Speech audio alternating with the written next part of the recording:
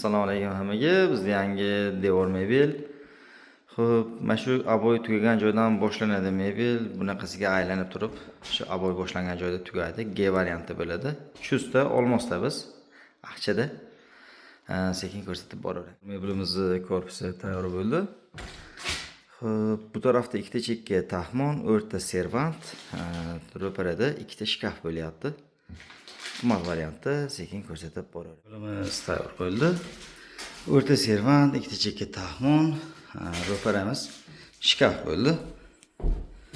Taxmonimiz kichkinaligi uchun eshigi bittada butun qo'yildi. Shu tepada kichkina polkasi. Xo'p, bu taraf o'sha manetdan foydalaniladi, ichkariga qarab ketaveradi. Taxmonlarimiz 130 cm dan ichi. Oshxona vakuumli, quyma butun ruchkalar.